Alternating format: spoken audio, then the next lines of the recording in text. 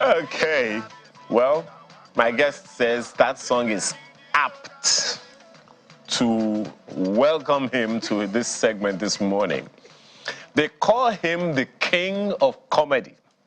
And the song you just listened to, if you didn't know the meaning of Kabiezi, well, essentially means king. Well, it's a word for king. It means don't question him or something like that. But please, I am here to question this king of comedy, Ali Baba.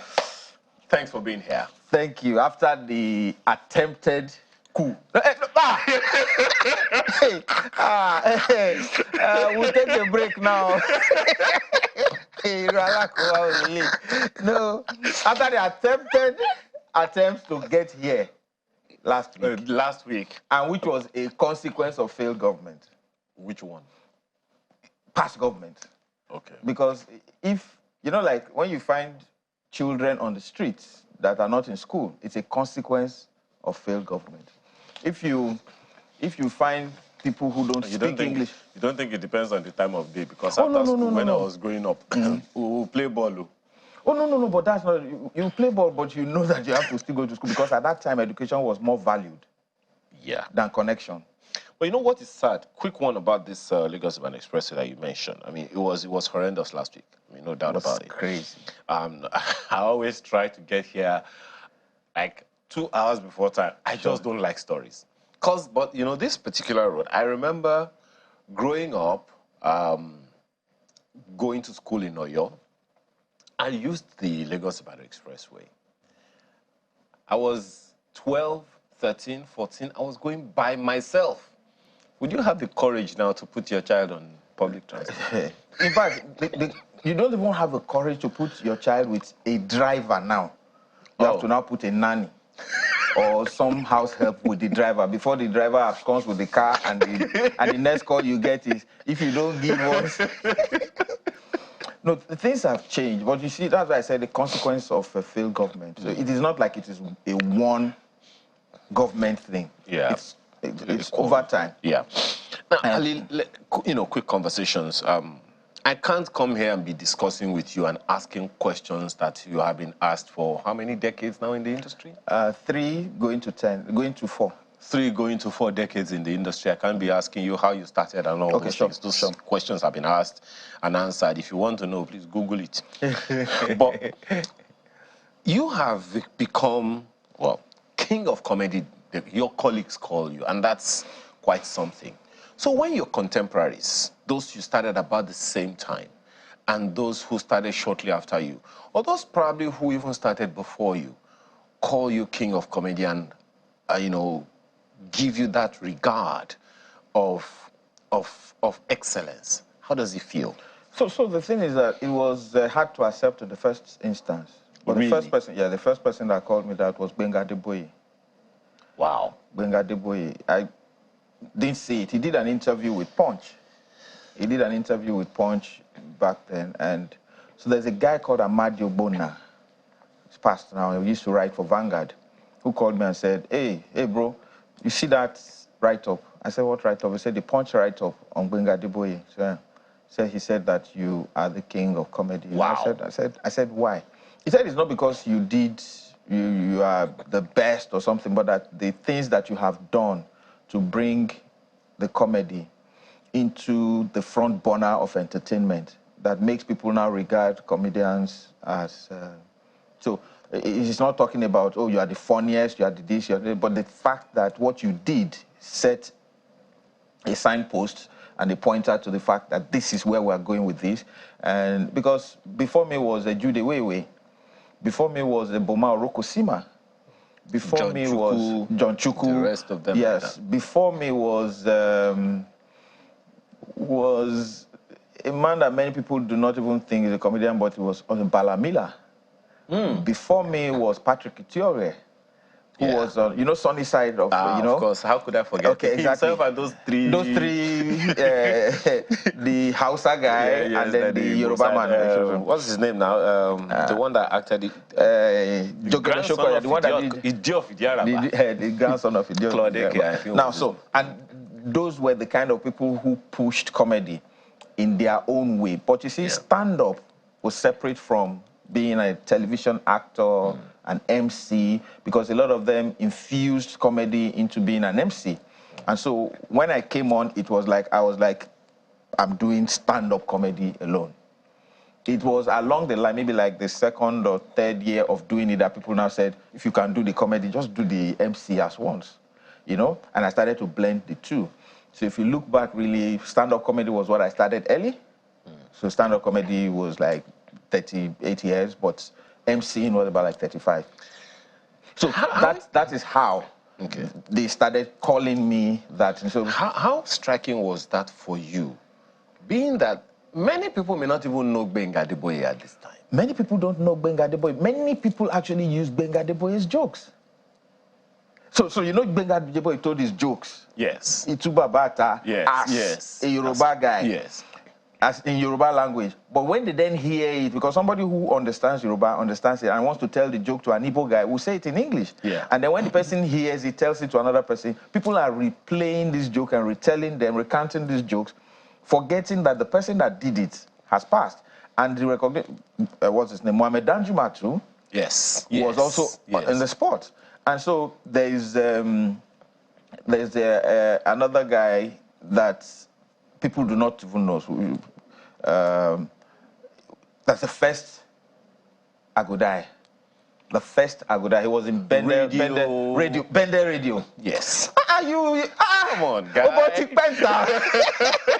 So the first Agodai used to do this. He said, Agodayo. And it was, if you didn't listen to him on Sunday afternoon, it was hilarious. All right? Yeah. So that's the first Agodai. So all of these people were great in delivering humor.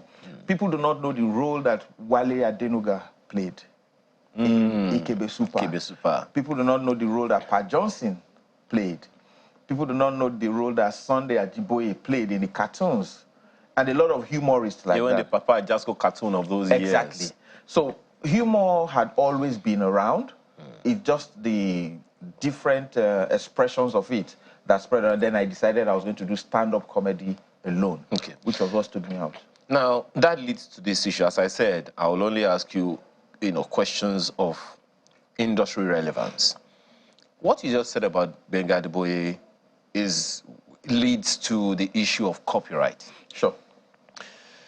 Music, we can talk about copyright, and there have been regulations. Even if you want to use music in a commercial, someone's music in a commercial, someone's music in a movie, there are ways to go about it now. What's the conversation around copyright in comedy? Okay, so when we started stand-up comedy, I initially so you notice that Night of 1,000 Laughs can clearly be said to be one platform that helped to escalate the essence of stand-up comedy. Now, when Night of 1,000 Laughs started, Anopa Williams, Joe Adekwa, Efere Ozako said, Ali, you have to be part of this. And I said, how many people are you putting on? And I said, and whose jokes are these people going to tell? Because at the time, I was responsible for quite a lot of the jokes that were in circulation. Wow. Now, you didn't have social media to magnify and share the joke, so that you could use a joke for like 2 good months and still be holding on to that joke. But these days, if you drop the joke once, it's gone viral. All right, still pointing to the matter of copyright. And so when Night of 1,000 Laughs started, and they asked me for the first, second, and third edition, I said, I'm not coming on that show because you're going to record it and put on a tape. And Obino, who was the guy that was doing the CDs then, would sell it, and my jokes will go everywhere. No, so I'm not coming on. Then on the 4th one, Virgin Production called me, and the Ferry was there. Ferry said, you know what, Ali? Forget about this issue of people using your jokes. We are growing the industry now, so make that sacrifice. Help the industry grow. Let them use your jokes. They'll give you credit. And then he said, what is happening to all these competitions that people do? What they do is, the person that is coming to perform will use a song of somebody who is established to prove that they have what it needs or what is needed. What is needed to be in the same field with them. So somebody is coming to sing R. Kelly's song, and then you use the R. Kelly song to judge whether the person's ability qualifies to let them into this space.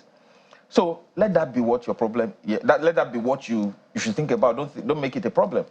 And so when he said that, I was like, oh, okay. So hold the light for everybody. So your joke is holding the light for everybody. So why make people say no? So initially we allowed everybody. So if you notice now, what is happening, people are using jokes that we did in 1987, 88, 89, all the way to 90, in fact, till 2000. They're using them now to make skits. So people who did not hear a joke of Adeboye, or who did not hear a joke of Baba Salah, or who did not hear a joke of Ojo Ladipo Theatre. Yeah. Baba Miro now converted. There's a guy too, Iria in Nakimel. All right? There's Ohi Alegbe. These are all people who were in the space at the time and used to trade in humor. Now, people who did not see all of that now use those jokes. For us, really, it is now that people are commercializing it on a larger scale that we're beginning to think issue. Exactly, that it becomes an issue. But if it was because they needed it to grow, we allowed everybody. But now that it's an issue. But now that it's an issue and you're beginning to make a lot of money from it, we'll begin to now say, okay, I heard you made nearly 3 million from downloads or hits on this joke that you used and turned into a skit. So maybe you just give me 10 or 20%. That's when this conversation is beginning to happen now. Okay. But there was a time, there was a network that started dial a joke. Yes. You remember? So yes. We mentioned the network. So they dialed a joke. And a friend called me and said, long live Ru. He said, Ali, I just dialed this thing now and I heard a joke. Is that joke that happened between me and you? I said, yes, I told it. He said, somebody has told it as his own joke on the platform and he's earning money. So I called one of the guys. He's passed now. He was in charge of Edem. He was in charge of the network at the time and creative. And I said, this is my joke. And it's on this platform. You know, me and your guy, we can't have a problem. So please, what's happening? And it was taken down. The platform was just taken down because they said they couldn't verify people's jokes. At the time, I thought, let all comedians begin to register their jokes. But the few people who wanted to register their joke, I told the person, this joke is not yours. Uh-oh. This one you want to register is not even yours. The fact that you've been telling it and people let you just go on with it doesn't make it yours. So that raises a problem of authenticity and originality. You know, so I think what should happen is once you have proof, and when he was arguing, I went and brought a VHS tape and played the VHS tape where Mohammed Danjuma did the joke. Wow. At Jazzville. And he was like, oh, okay, all right. So the thing is, but it's gradual. We're beginning to get there. The conversation has started. The conversation has started. The collection society and all of that will then come in and see how you begin to get paid for the jokes that you created. Another issue of concern for me is conflicts. Yep. Among you are the king now, so to speak. So I saw just recently a song, well, a video of KSA and Chief Commander Ebenezer Obey performing on the same stage, singing each other's songs. Okay. I've listened to countless songs, even as far back as the 70s, where KSA said, they are not fighting, no. And Obey also sang, we are not fighting. I saw an interview with Teju Babyface, one of your boys, where Obey said, they never quarreled for one day. But we are seeing a different thing in comedy today. I know it is a thing of concern for you because you get to a level where your money is not the thing, it's not now the legacy. How much does that concern you? And do you see an end in sight? Yes, I see an end in sight. But beyond that, you know, the camaraderie that we enjoyed over time, the guys that had brought this issue up stayed with me and grew up with me. They started their careers in my place, all right? And after a while, they went their different ways, all right? One started earlier than the other. But one thing I'll say clearly is that they are both adults, and you would know that before the matter aggravated to this point, there's no way that I would not have called one of them or each one of them to say, hey guys, what's happening? We say. And then after a while, I got the sense that it looks like both of them have issues that they don't want anybody to know about. I think it's more than what they say, because in talking with each one, this one says, bros, I can't go there. No, don't go there, bros, leave it. Bros, you know I can't do anything. Bros, just leave that. And then you talk to the other one and say, bros, you know me, I don't have a problem. Bros, it's... And after speaking with them and telling them, man, shield your swords, you know, and it continued. And it was like, hey, this thing is not good for the industry, if you understand. Which is my concern. Our industry is quite like the calmest. Yes. Where if a comedian has a show, every other comedian shows up to help the person. If you have a movie, everybody comes to help. If you have a talk show or anything, everybody comes to help you. So I think that with time, we'll resolve it. But right now, their stance are still strong and solid. And everybody is saying, this is my position. I'm not. Even when there were some gray areas that they all claimed, oh, no, I don't know this guy, I don't know that. We still understand that you guys know yourself more than that. And the beef, as it were, goes beyond what people see. Oh, it's definitely. The concern for me is it's not just the reigning issue now. There have been some before, and that were resolved. And there could be others. You know, there's still some brewing, and so we're dealing with some of them as exactly. As we can. So for me, and I hope it will also be communicated down the ladder, that it's the image of the industry, because it's still relatively young. And so once, you know, God forbid that collapse, that's the concern for me. There won't be a collapse. You would always have people who differ in ideas, in thoughts, in because they all come from different backgrounds. I was talking to someone the other day, and the person, education also matters. Upbringing, lifestyle, your clique also matters. Your inner circle. Your inner circle matters. There are some people in your inner circle that be like, I don't think we need this matter. There was one artist that told me, he said, there was somebody he said, I'm not going to do a duet with. The guy wanted them to do a collabo and said, no, I'm not doing a collabo with that. He did an interview one time and he said he's the best. And so the manager in the place said, one of the managers or one of his runners, and I said, we'll do. He said, no, he said, we will do with the guy. Every other person has, not some of them like to suck up to the person that is paying the bills. And all of them would say, no, Star said he's not doing it. Why would you? He said, forget Star. Star, I'm the one telling you that guy is a leverage we should jump on. And they went on and said, and did a collabo. His career got bigger than it was. So sometimes you make sacrifices. It's just like the alliance between Buhari and CPC and ACN. You know, Buhari had tried several times. Oh, there's Sukolori television. Anyway, I hope you know that the presidency is watching you right now. But I'm on the side of the presidency. What? I'm not a...